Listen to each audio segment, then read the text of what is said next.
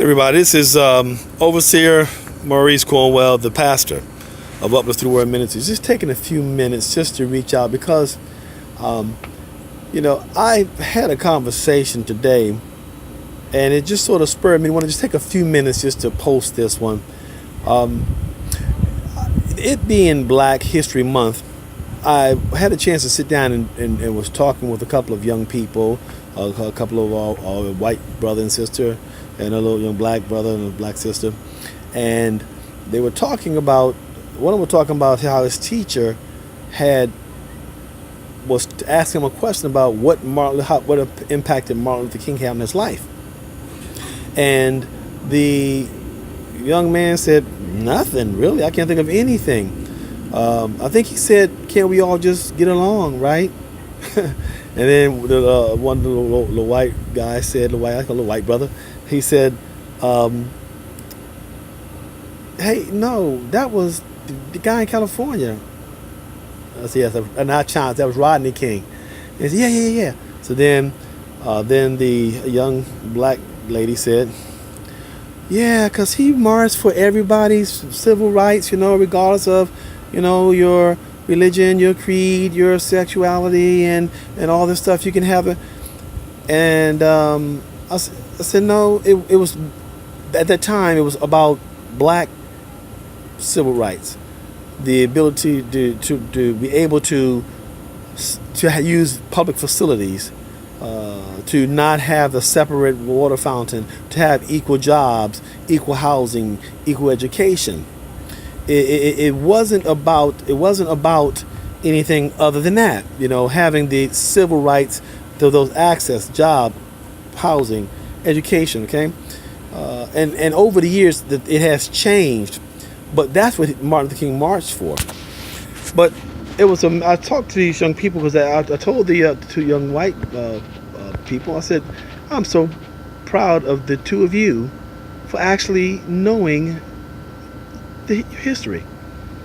And I said it because when I looked to the young black students, and I said, "Hey, why is it that you don't know?" And they were, saying they had all kind of reasons.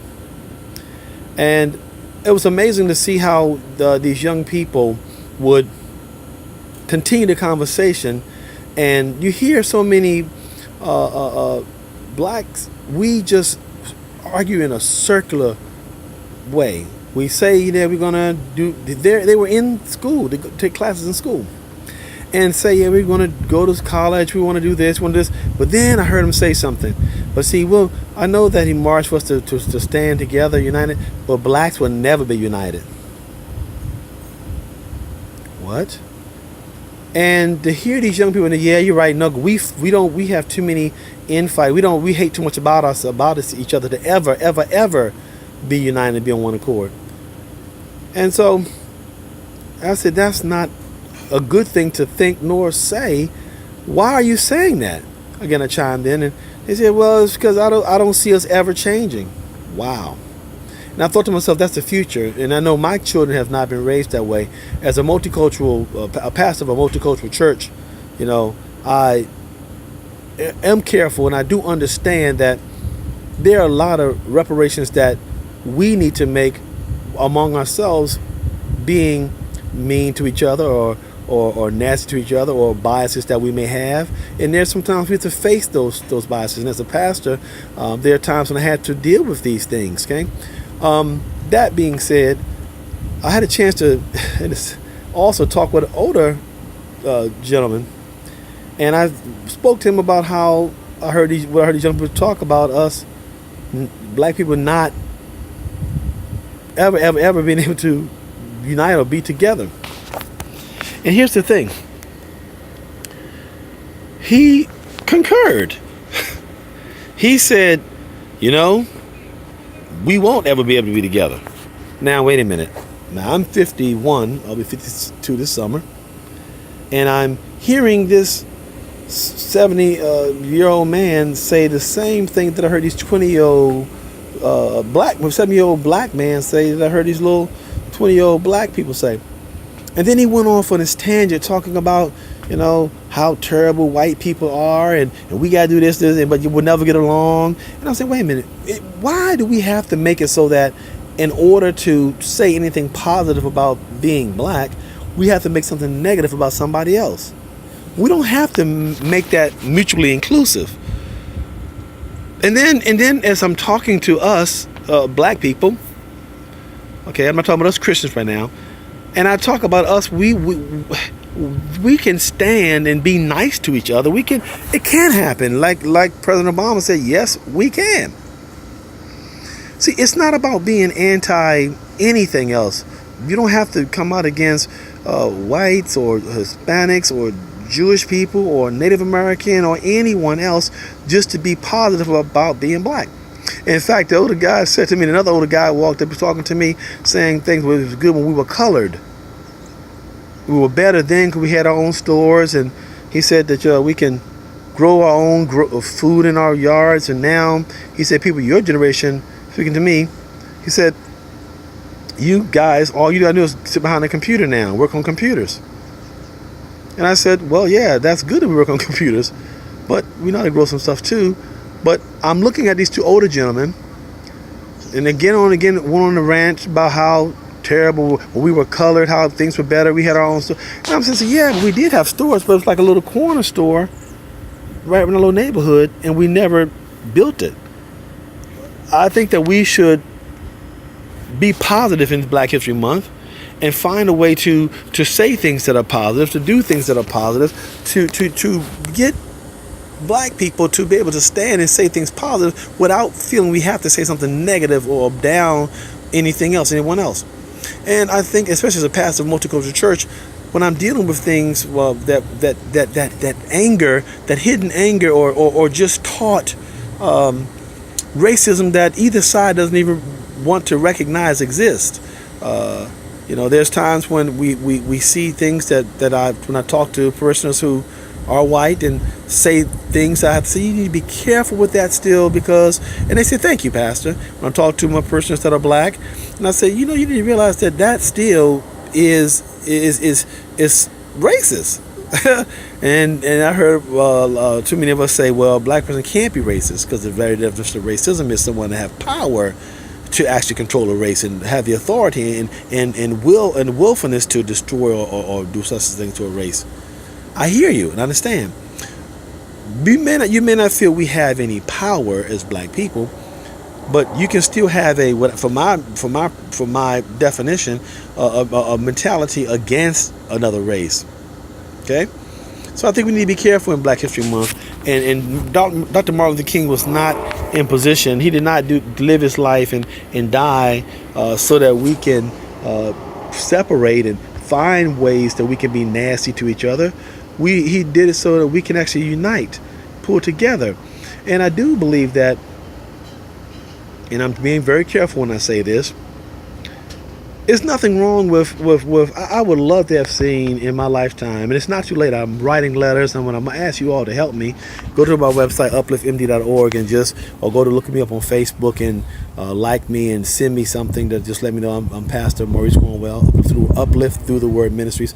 I'm looking to write letters and reach out to different political pundits, people on all aisles. I mean, Republican, Democrat, conservative, liberal, independent, Green Party, Constitution Party, and just say, listen, it'd be wonderful to say, yes, President Obama was not the president of black people, and whether you were not for President Obama or whether you were for him, that's not the argument right now. The thing is, it'd be so nice to see if he and people like Condoleezza Rice and Cummings up in Baltimore, and Maxine Waters and Michael Steele and all these wonderful men and women, black men and women, can just have something where we all can just see it, that they can cross the aisle and just be nice to each other, shake hands and agree. I suggest 3 things, and if we all can agree this, 3 things. 1, just equal and fair housing, equal and fair education, and equal and fair employment.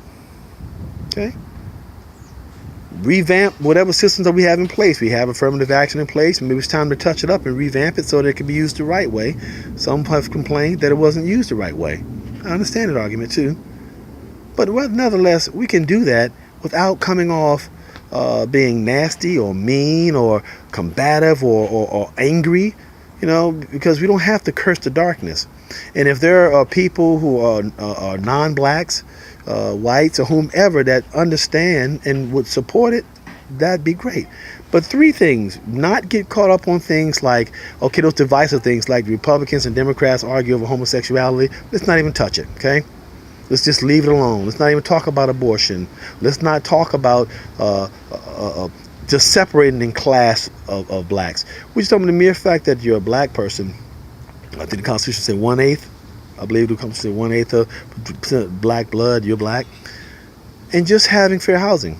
I mean, I'll give you an example. Someone didn't think, well, it's not the case anymore. Yes, it is, because there are people who are in impoverished areas where many of us cannot afford to, it can't even have a little small 2-bedroom home. The loan may come to like $70,000, $80,000, $90,000 maybe max, and we can't afford or can't qualify for a loan or something to get that happen, where the actual mortgage will be less than the rent that we end up paying. We move to these apartments and pay $1,200, $1,300, $1,400, $1,500 a month for 2 bedrooms. Okay. And then the same thing on the opposite side of the spectrum. We have brothers and sisters that are 6 and 7 figures, educated, great credit, cannot get a loan, and because his name is Leroy and her name is Shaniqua, and they see that and get turned down. That's not a time to be nasty or mean to all people of any other race. It's time to stand up and say, wait a minute, we don't like this. And I think those brothers and sisters who are of different races will stand with us. And not that it's the fact of saying, let's just say what it is and let's speak in love. Okay, that's just one example. But then every time someone say we should talk about the male-female thing, nope, we're not gonna go there either. We're talking about the mere fact that the person is black, housing, education, and jobs. That's it. If we just do that, we can actually we can see. I would love to see it in my lifetime. People like, again, President Obama and Michael Steele shaking hands. People like Maxine Waters and Condoleezza Rice shaking hands. I would love to see it. Okay. Former Governor Wilder, just seeing them shake hands and just seeing different people shake hands and just stand there together, and just say, listen, we're all standing in agreement that and looking forward to it and believing that it can happen. And stop saying things, oh, we'll never be together. We can never pull together. That'll never happen.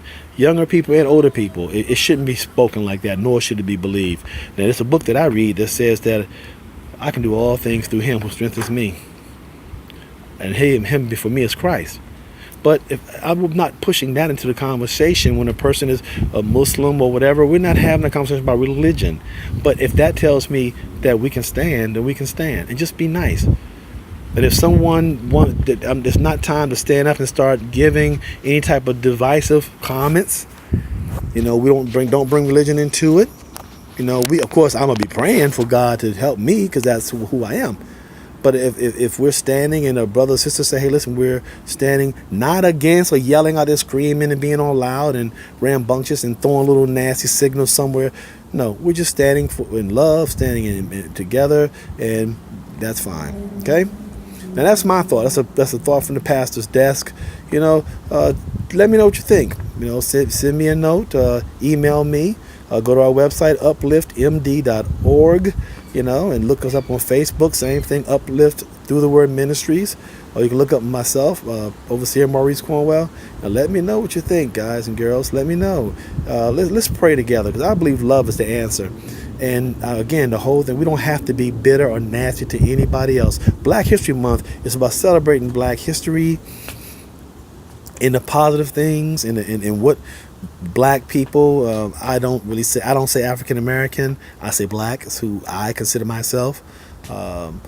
It's not a time to be nasty or mean. It's time to celebrate and look at those things and look at history. What was done by blacks that have gone on before us, who've lived and died and laid down their lives, and we should celebrate that. As people around the world, we should appreciate that the same way we appreciate every other month and everything else. We should be able to appreciate Black History Month. Okay. God bless you guys. Until next time, you should see the same thing on Facebook. Okay, love you guys. Have a good one. Again, this is Overseer Cornwell, the pastor of Uplift Through the Word Ministries. Love you guys. Until next time. Bye-bye.